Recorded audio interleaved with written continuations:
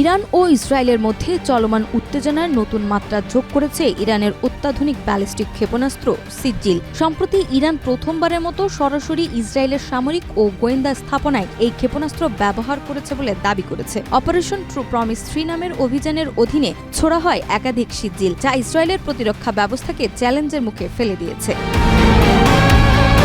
Sejjil ক্ষেপণাস্ত্রের সবচেয়ে বড় বৈশিষ্ট্য হল এর দুটি স্তরে কঠিন জ্বালানি নির্ভর প্রযুক্তি। এর ফলে এটি দ্রুত উৎক্ষেপণযোগ্য। জ্বালানি ভরার জন্য আলাদা প্রস্তুতির দরকার পড়ে না। মোবাইল লঞ্চারের মাধ্যমে সহজেই স্থান বদল করে গোপনে হামলা চালানো সম্ভব। এমনকি ইসরায়েলের আয়রন ডোম ও অ্যারো সিস্টেমের মতো উন্নত প্রতিরক্ষা ব্যবস্থাও একে ঠেকাতে হিমশিম খাচ্ছে বলে দাবি ইরানের। এই মিসাইল প্রায় 18 মিটার লম্বা, ওজন প্রায় 23,600 কেজি এবং এটি 700 কেজি পর্যন্ত বিস্ফোরক বহন করতে পারে। এর পাল্লা প্রায় 2000 কিলোমিটার, যার ফলে এটি ইসরায়েল ছাড়াও দক্ষিণ পূর্ব ইউরোপ পর্যন্ত পৌঁছাতে পারে।